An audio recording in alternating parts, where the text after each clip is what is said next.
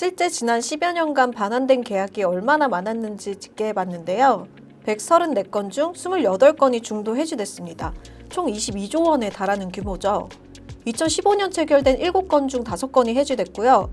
2016년 체결된 9건 중에는 4건이 반환됐습니다. 2022년 재계약을 위해 해지한 특수사례 1건을 제외하면 대부분 개발 과정에서 물질의 가치가 달라졌거나 파트너사가 변심한 경우죠.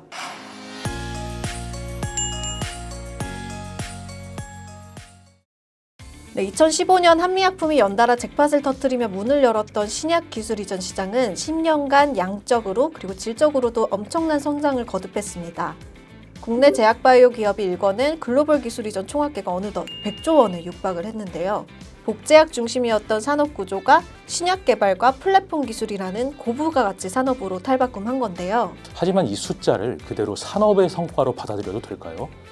계약 규모와 실제 기업이 손에 쥔 수익 사이에는 상당한 간극도 존재합니다. 더벨이 지난 10년의 데이터를 통해 K바이오 기술 이전의 역사와 숨겨진 과제를 짚어봅니다. 더벨 제약바이오부 최은수, 정세임 기자입니다.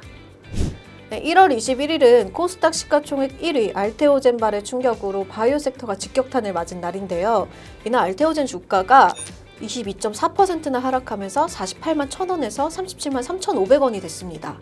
하루 만에 시총이 5조 7천억 원이나 증발을 한 건데요. 이렇게 급락한 게 2020년 6월 이후에 처음이라고 하죠. 알테오젠이 하락한 이유가 바로 기술 이전에 있습니다. 알테오젠은 20일에 글로벌 빅파마 GSK와 기술 이전 계약을 맺었는데요. 이 조단위 계약을 기대했지만 실제 계약 규모가 최대 4천억 원 정도에 그쳤기 때문이죠. 여기에다 앞서서 MSD와 맺었던 기술 이전 로열티 비율도 공개가 됐는데 5% 정도로 될 줄 알았던 로열티 비율이 실제로는 2%에 불과하다, 이런 사실이 함께 알려지면서 낙폭을 키웠습니다. 그만큼 기술 이전의 규모나 선급금, 로열티 비중이 바이오텍의 기업 가치에 막대한 영향을 미친다고 볼 수 있겠네요. 특히 바이오 섹터에서 신약과 원천 기술이 상용화되기까지는 적어도 10년 이상의 시간이 걸립니다. 그 전까지는 신약이 팔리는 것도 아니고 눈으로도 볼 수 없어서 보유한 기술이 진짜인지 얼마나 좋은 건지 가늠하기 힘듭니다. 그래서 시장은 바이오텍이 개발 초기 글로벌 파트너사의 기술을 파는 기술 이전 계약을 통해 그 기업의 기술력을 가늠할 수밖에 없습니다. 바이오텍은 기술 이전 계약을 맺으면서 돈을 벌고 사업을 지속하는 동력을 얻게 되는 거죠. 그동안 국내 제약바이오 업계가 기술 이전 계약이 얼마나 발전했고 또 실제 얼마를 벌어들였는지가 좀 궁금하기도 한데요. 네, 그래서 더벨이 직접 전수조사를 해봤습니다.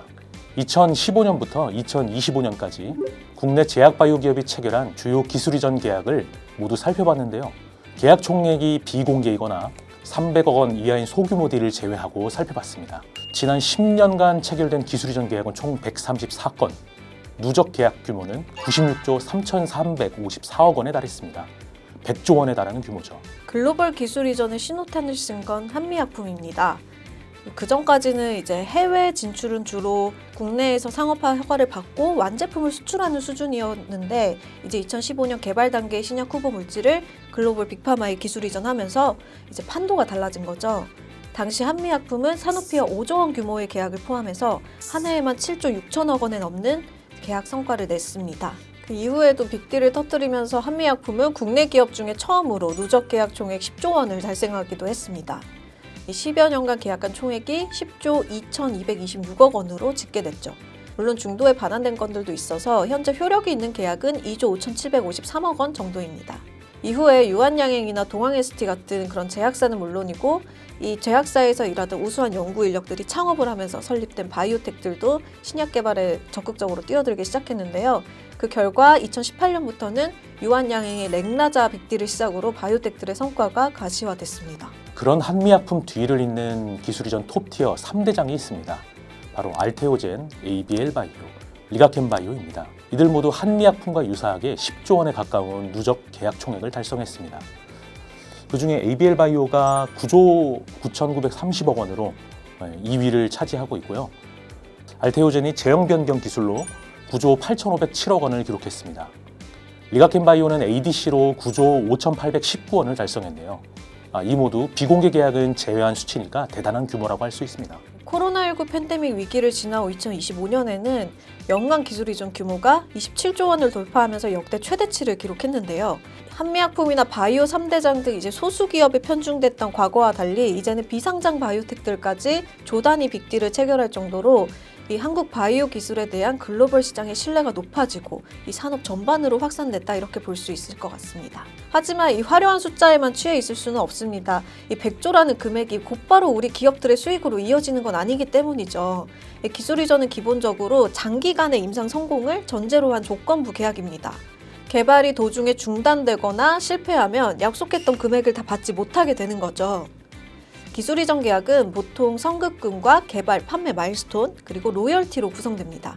선급금은 신약을 도입하는 쪽이 기술을 제공하는 기업에 계약을 체결하는 조건으로 지급하는 비용이고요. 계약 직후 지급이 되고 반환 의무가 없습니다. 이후 파트너사가 1, 2, 3상 임상을 실시하고 규제당국의 허가 심사를 받게 되는데 이 각 임상에 진입하거나 허가를 받거나 이런 중요한 개발 성과를 충족하면 이에 따른 마일스톤을 또 받게 됩니다. 그리고 허가 후에 일정 매출에 따라 마일스톤을 책정하기도 하고요. 또 별도로 로열티가 붙기도 하죠. 근데 만약에 3상에 가지 못하고 도중에 계약이 반환되면 이 마일스톤과 로열티는 더 이상 지급할 의무가 없어집니다. 실제 지난 10여 년간 반환된 계약이 얼마나 많았는지 집계해봤는데요. 134건 중에 28건이 중도 해지됐습니다. 총 22조 원에 달하는 규모거든요.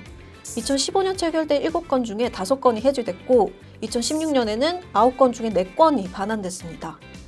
2022년 재계약을 위해 해지한 특수 사례 1건을 제외하면 대부분 개발 과정에서 물질의 가치가 달라졌거나 아니면 파트너사가 변심한 경우입니다. 중도 해지로 사라진 22조 원 규모 계약 중에 실제 국내 기업이 수취한 금액은 어느 정도 될까요? 8,710억 원에 그쳤습니다. 선급금이 비공개거나 지분으로 받은 3건을 제외한 수치인데요. 22조 원 중에 4%에 불과합니다. 그 정도만 실제 수익으로 이어진 거죠. 신약 개발이 얼마나 험난한 과정인지를 다시 한번 확인할 수 있는 대목입니다. 임상 3상이라는 높은 문턱을 넘지 못하거나 파트너사의 경영 전략 변화로 계약이 파기되면 수천억, 수조 원의 마일스톤은 한순간에 사라지게 됩니다. 특히 우리나라 기업들은 전임상이나 1상 등 개발 초기 단계에 물질을 넘기는 경우가 많은데요. 그럼 개발하는 쪽에서 리스크를 더 많이 안고 가기 때문에 선급금 비중이 아무래도 낮게 책정될 수밖에 없습니다. 총 누적 총액 중 선급금 비중은 3.3% 정도에 불과합니다. 반환된 계약에서 실제 수취한 금액 비중 4%와 유사하죠. 결국엔 해지된 대부분의 계약이 선급금만 받고 개발이 더 진전되지 못한 채 사라졌다고 볼 수 있습니다. 유한양행의 랭라저처럼 상업화의 성공에 로열티를 받는 사례는 정말 극소수입니다. 네, 효력이 유효하지만 실효성이 크게 떨어진 계약도 상당한데요. 수년 동안 임상 진척이 없는 일명 휴면 계약입니다. 물론 신약이 임상 하나에도 수년이 걸리는 장기 프로젝트이긴 하지만 후보 물질 발굴이나 전임상 1상 이런 초기 개발이 몇 년 동안 진척이 없으면 아무래도 계약 실효성에 의문이 나올 수밖에 없습니다. 신약도 속도 경쟁이 치열하기 때문에 개발사가 의지가 있다면 빠르게 개발을 진행하는 게 일반적이기 때문이죠. 그래서 속도가 더디면 개발 전략이 변화해서 우선순위가 떨어졌다 이렇게 추측해 볼 수도 있을 텐데요. 그러면 중도 반환 가능성이 아무래도 더 높아지게 되겠죠. 2016년 체결된 9건의 기술 이전 계약 중에 4건이 반환됐고 5건이 유효한 상태인데요. 이 중 4건은 10년 가까이 개발 진척이 거의 없는 상태입니다. CG인바이츠와 앱토즈, 일양약품과 알팜, 한미약품과 제넨텍, 그리고 제넥신과 상하이 푸싱 등이죠. 승인이 거절되거나 3상 유효성이 미달해서 사실상 개발이 실패한 계약도 있습니다. 또 파트너사가 청산되면서 계약 자체가 자연 소멸한 경우도 있습니다. 이들 계약은 공식적으로 해지된 것은 아닌데요.